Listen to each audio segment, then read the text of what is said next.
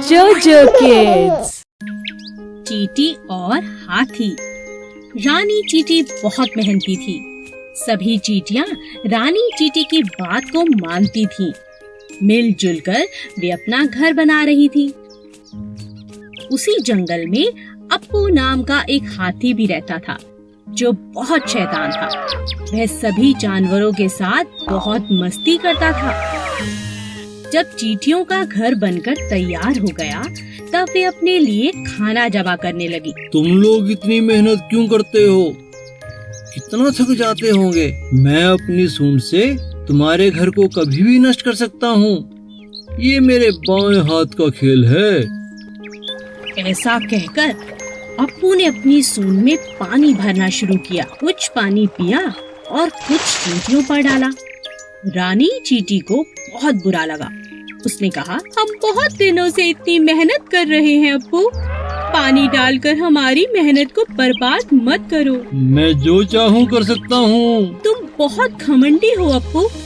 हम सभी जानवरों को मिलजुल कर जंगल में रहना चाहिए। हम सब एक दूसरे के काम आ सकते हैं। तुम इतनी छोटी चींटी, तुम मेरी कोई मदद नहीं कर सकती।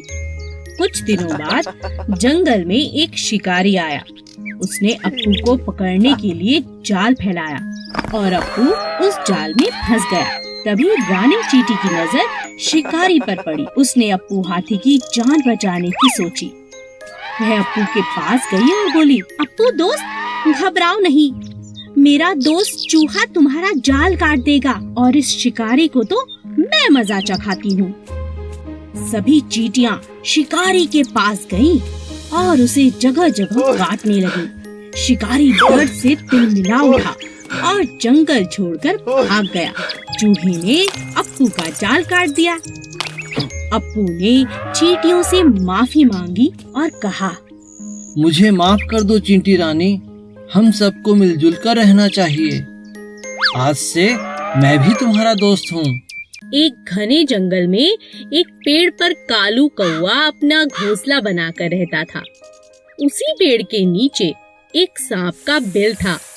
एक दिन कालू जब भोजन की तलाश में गया, तो पीछे से सांप ने उसके अंडों को खा लिया। जब कौवा वापस अपने घोंसले में आया, तो अपने बच्चों को ना पाकर बहुत उदास हो गया।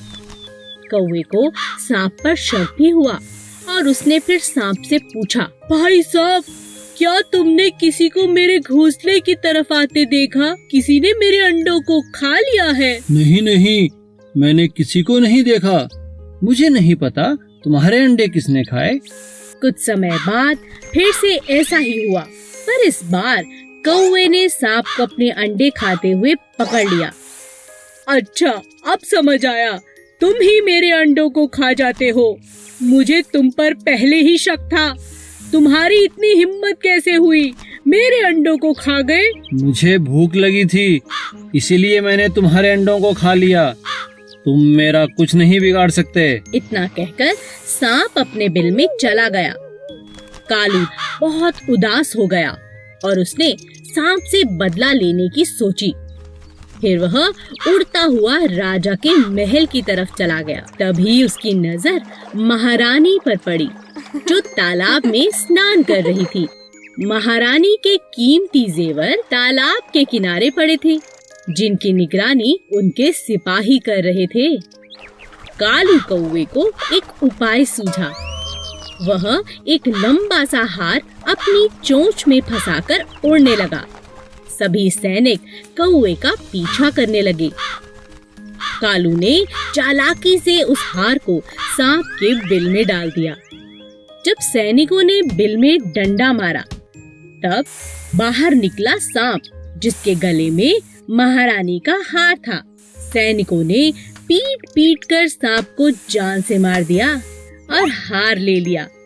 इसी तरह कालू कौवे ने सांप से अपना बदला ले लिया।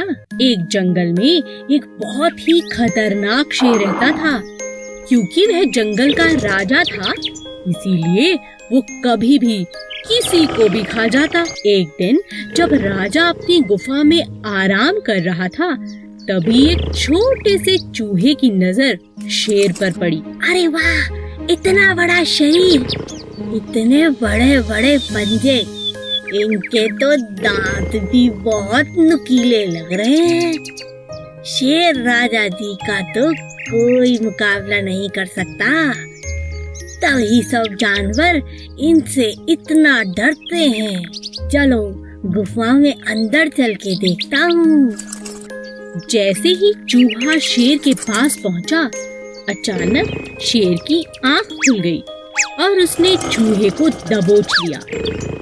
अरे वाह, आज तो भोजन खुद चलकर मेरे पास आ गया, मजा आ गया। मुझे माफ कर दो राजा जी, मैं तो गलती से आपके पास आ गया। मुझे खाकर तो आपकी भूख भी नहीं मिटेगी। हो सकता है मैं आपके कभी काम भी आ जाऊं। चूहे की यह बात सुनकर राजा के मन में दया आ गई और उसने कहा, ठीक है, वैसे भी मेरा पेट आज बहुत भरा हुआ है। जाओ, मैं आज तुम्हें छोड़ता हूँ, लेकिन दोबारा ऐसी गलती मत करना। और इस तरह चूहे की राजा ने जान बख्श दी। एक दिन राजा शेर भोजन की तलाश में नदी किनारे पहुँचा। वहाँ उसे शिकारियों ने अपने जाल में फंसा लिया। गुस्से में आकर शेर जोर जोर से दहाड़ने लगा। ये तो राजा जी की आवाज है। लगता है हमारे राजा किसी मुसीबत में है। चलो उनकी रक्षा करते हैं। चूहे ने जब शेर को जाल में फंसा देखा तो अपने दोस्तों के साथ तुरंत जाल को काट दिया और अपने राजा की जान को बचा लिया। शेर को खुला पाकर शिकारी भी भाग खड़े हुए। उस दिन के बाद से शेर और चूहा अच्छे मित्र बन गए। एक सीधा सादा हाथी और एक चालाक लोमड़ी दोस्त थे। दोनों साथ में घूमा करते थे। एक दिन वो दोनों भोजन की तलाश में जंगल में इधर उधर घूम रहे थे कि रास्ते में उन्हें एक शेर मिला। आओ, मुझे तुम्हारी ही तलाश थी। अब तुम दोनों में से एक मेरा भोजन बनेगा। यह सुनकर हाथी बहुत घबरा गया। उसने लोमड़ी से कहा, तुम शेर से बात करके देखो। ठीक है। शेर भाई जरा मेरी बात तो सुनो। आपके कान में कुछ कहना है। कहो। शेर भाई, आप तो मेरे भाई हैं। मैं तो आपकी सब बातें मानती हूँ। मुझे खाकर आपका कोई फायदा नहीं। आपका पेट भी नहीं भरेगा। सच कह रही हूँ। इसीलिए एक आपको उपाय बताती हूँ। आपको हाथी को ही खाना पड़ेगा, तभी जाके आपका पेट भरेगा। इतना बड़ा हाथी खाने के बाद 2-4 दिन मजे से आप सो सकते हैं, आराम कर सकते हैं। नहीं तो मुझे खा के कल तक फिर भूख लग जाएगी। पर वो कैसे हो सकता है? मैं तुम दोनों को खाऊंगा। अरे नहीं, आप मेरी बात मानो। आपको बस मेरे साथ मिलकर हाथी को गड्ढे में गिराना होगा। फिर दोनों ने मिलकर हाथी को गड्ढे में गिरा दिया। अब शेर खुश था कि उसका शिकार कब्जे में है।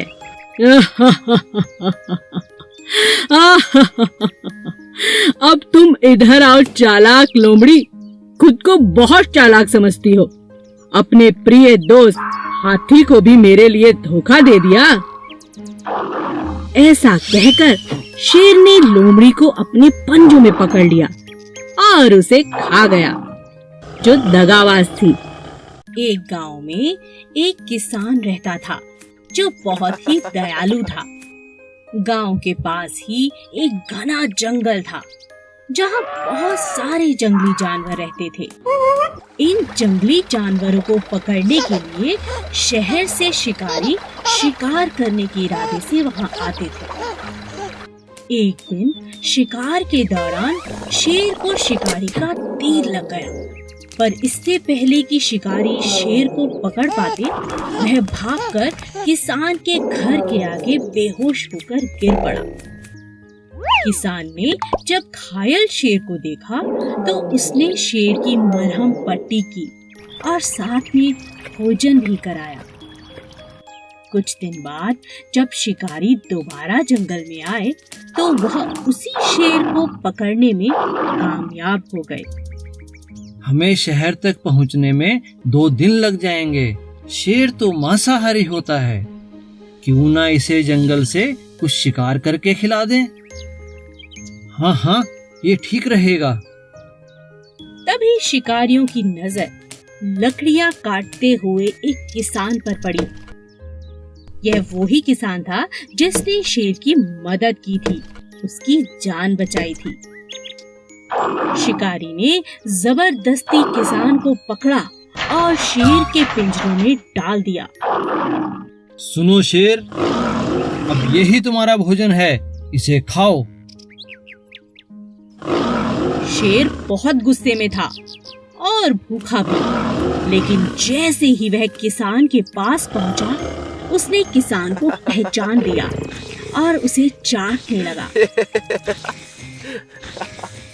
एक इंसान और जानवर की ऐसी अद्भुत दोस्ती देखकर शिकारी हैरान रह गए और उन्होंने उन दोनों को आजाद कर दिया। अच्छे कर्म का फल हमेशा अच्छा होता है। 2 कौवे। एक जंगल में 2 कौवे रहते थे। एक था कालू और दूसरे का नाम था भोलू। दोनों मिलजुल कर साथ साथ रहते थे, लेकिन उनमें से कालू बहुत चालाक और हट्टा कट्टा था और बेचारा भोलू जैसा नाम वैसा ही सीधा और सादा था। एक दिन कालू और भोलू में बहस हो गई। मैं तुमसे ज्यादा हट्टा कट्टा हूँ, इसलिए मैं तुमसे ताकतवर हूँ। नहीं नहीं, मैं तुमसे ज्यादा ताकतवर हूँ, क्योंकि मैं तुमसे उम्र में बड़ा हूँ और ज्यादा समझदार हूँ। दोनों अपनी अपनी बात पर अड़े रहे। कालू कहता है कि वह ताकतवर है और भोलू कहता है कि वो ताकतवर है। बस ये लड़ाई खत्म होने का नाम ही नहीं ले रही थी। तब दोनों अपने बीच में प्रतियोगिता रखते हैं। जो भी अपनी चोंच में एक थैली में कुछ भरकर जितना ज्यादा ऊपर उड़ेगा, वो ही ताकतवर होगा। कालू बहुत चालाक था। उसने अपने थैले में रुई की गेंदें भर दी, लेकिन भोलू के थैले में नमक भर दिया, जिस बात का भोलू को पता ही नहीं चला। अब दोनों ने उड़ान भरनी शुरू की। देखते ही देखते कालू ऊपर की तरफ चला गया और बेचारा भोलू वजन के मारे ज्यादा देर तक ऊपर नहीं उड़ पाया। वह नीचे नीचे ही उड़ता रहा, क्योंकि उसकी थैली में ज्यादा वजन था। तभी अचानक बहुत तेज बारिश होने लगी। कालू बहुत परेशान हो गया, क्योंकि रुई की गेंदें बारिश के पानी की वजह से भारी हो गई थी, जिसकी वजह से उसका थैला भी भारी हो गया था।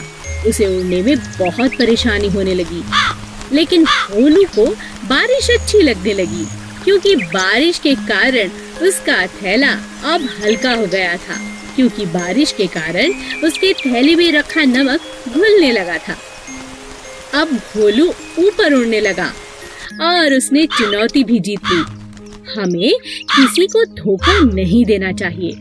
आलसी तोता। एक पेड़ पर 2 तोते रहते थे, किट्टू और मिट्ठू। एक बहुत आलसी और दूसरा बहुत ही समझदार था। एक दिन समझदार तोते ने देखा कि पेड़ की जड़ से एक बेल निकल गई है, जो पेड़ का सहारा लेकर चढ़ती जा रही है। अरे देखो, हमारे पेड़ पर एक बेल ऊपर की तरफ आ रही है। चलो मिलकर इसे काट दें। मुझे तुम्हारी सहायता चाहिए दोस्त। मैं अकेले इस बेल को नहीं काट सकता। आज तो मैं बहुत थका हुआ हूँ, हम कल काट लेंगे। ठीक है दोस्त, पर हम कल इसे जरूर काट लेंगे। अगले दिन फिर से तोते ने मिट्ठू को आवाज लगाई। मिट्ठू मिट्ठू देखो, बेल तो दिन प्रतिदिन लंबी होती जा रही है। आओ इसे काट दें। कहीं शिकारी आ गए तो इसके सहारे हमारे बच्चों तक पहुंच जाएंगे। तुम्हें इतनी जल्दी क्या है, कर लेंगे। मिट्ठू तुम बात को समझो, अभी तो बेल नाजुक है, मिलकर हम इसे काट सकते हैं। अगर ये सख्त हो गई तो इसे काटना बहुत मुश्किल होगा। ऐसा करते करते कई दिन निकल गए और बेल पक्की हो गई। तोता रोज मिट्ठू को आवाज लगाता, लेकिन मिट्ठू कोई न कोई बहाना बनाकर टाल देता। किट्टू तोता अपने बच्चों को लेकर दूसरे एक ऊंचे पेड़ पर जाने को मजबूर हो गया, क्योंकि उसे पता था कि मजबूत बेल के सहारे कभी भी शिकारी आकर उसके बच्चे ले जा सकते हैं। मिट्टू, मैं अपने बच्चों के साथ दूसरे एक ऊंचे पेड़ पर रहने जा रहा हूँ। क्या तुम भी चलोगे? यहाँ रहना सुरक्षित नहीं है। मिट्ठू तोता आलसी होने की वजह से हर काम कल पर टालता रहा। इसी तरह एक दिन जब शिकारियों की नजर मिट्ठू के बच्चों पर पड़ी, तो उन्होंने मजबूत बेल पर चढ़कर मिट्ठू के बच्चों को उठा लिया। अंत में मिट्ठू को अपने आलसीपन के कारण बहुत पछताना पड़ा। Please subscribe.